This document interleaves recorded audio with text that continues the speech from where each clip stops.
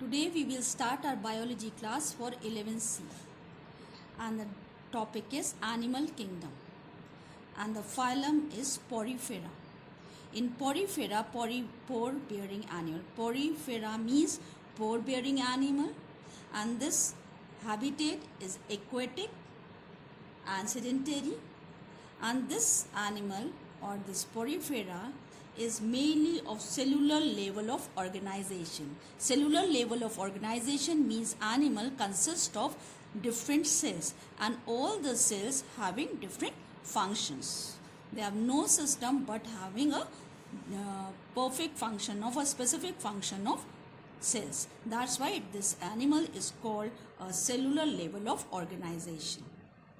Now, presence of canal system. Canal system means tube system inside this, because by canal system only all the system work by this method only, whether the excretion or whether the digestion, all are by canal system only. Now, presence of flagellated choanocysts or collar cells.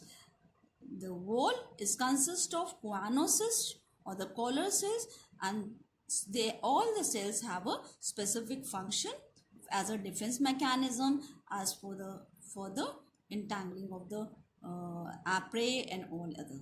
Now, body cavity is spongocoel, because Porifera is called a sponge-like structure, pore-bearing animal, and inside this large cavity, and the cavity is called spongocoel. Sponge and coel means cavity or the atrium. Now, 7th point, body wall perforated by a ostia.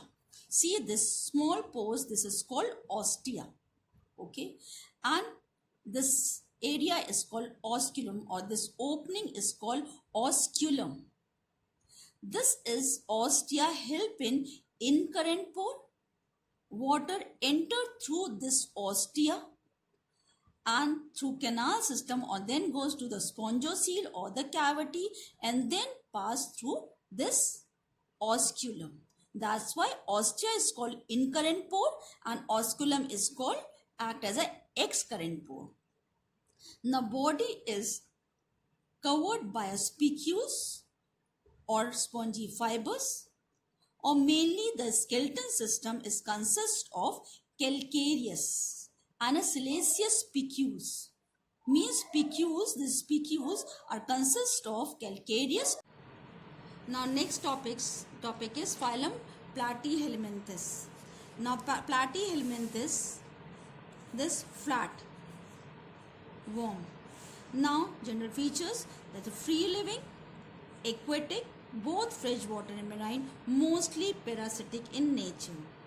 You know that this Taenia solium, planaria, fasciola hepatica or a liver fluke, this all comes in this Platyhelminthes. Platyhelminthes means flat. Now, mostly parasitic. Now, second point, firstly this is eumetazoan and triploblastic means 3 layer, bilaterally symmetrical means cut in 2 equal halves, and dorsoventrally means flattened. Now, 7th point, presence of suckers and hooks in parasitic form. Example in Taenia solium or tapeworm, okay, human tapeworm. See this diagram. Now, sucker, these suckers, and this is rostrum having a hooks. By this hooks and by this suckers, this is the main parasitic form which having this characteristic, which help in to get their food from the host. Now, nervous system and sense organ are poorly developed. No need, because this is parasitic mode of life. Sexes are mainly hermaphrodite in nature and not distinguishable into this male or female, but some of them are distinguishable, whereas majority are of hermaphrodite in character. Now, this 10th point important. Now, fertilization is internal and development may be direct or indirect. with or without alternation of host. Host is must for this parasitic form, and fertilization is internal. Okay, an example: tapeworm, Taenia solium; liver flu, common name, fasciola, scientific Fasciola hepatica; and planaria and rickettsia is this number. Now Taenia saginata. Okay, these are the example. Mainly learn this: Taenia solium and Fasciola hepatica. Now phylum Nematoda. Phylum Nematoda. See, this is also parasitic in nature, mainly parasitic in nature, free, but both free living, in some cases free living, or parasite of plants and animals. See the body. Body is unsegmented. Okay, this is round one, or this is body is like this round structure, round, not round like a ball, but round like this. Okay, and it's called roundworm, or ascaris is the main example. You know this ascaris. Now the body is unsegmented, without segment, or pseudocoelomate means without or a false cavity. Now bilaterally symmetrical means divide into two equal halves. Elongated or spindle shaped body because the ends are pointed, whereas this is cylindrical like or a spindle shape. Now body is covered with a cuticle and syncytial epidermis. Body cavity is fluid filled pseudocoel. False cavity is inside the body. Now alimentary canal is straight, okay, but respiratory circulatory systems are absent. Now excretory system by Reinach cells, and nervous system only having a nerve ring with a longitudinal cord. Okay, ring are there, nerve rings, ring. And sense organ only by the papilla or amphis. Papilla and amphis are there only.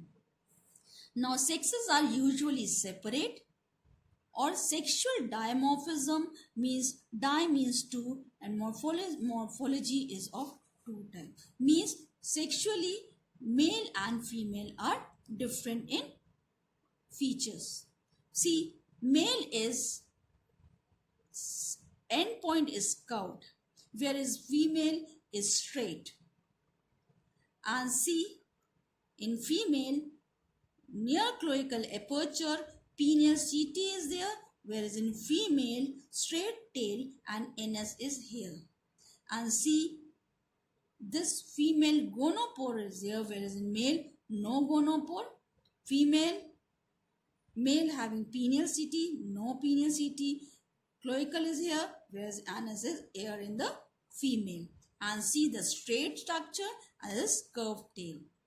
This is the dimorphism in nematoda or the ascaris mainly. Now fertilization is internal and development direct or indirect. Life histories are usually complicated because this live in parasitic form. Okay, and that's why this is usually complicated. Now example in Clastomata, hookworm, ascaris, Vaucheria bancrofti. These are the example. This is the hookworm, Vaucheria bancrofti, causes, this is the parasite of filaria worm, or the caused by the causes elephantiasis. Okay, now ascaris, this is also parasitic form, and now you have to learn these features and mainly the examples. Mainly you have to learn the structure and the main this dimorphism and the examples also. Now this animal kingdom, you have to mainly learn the characteristics and examples.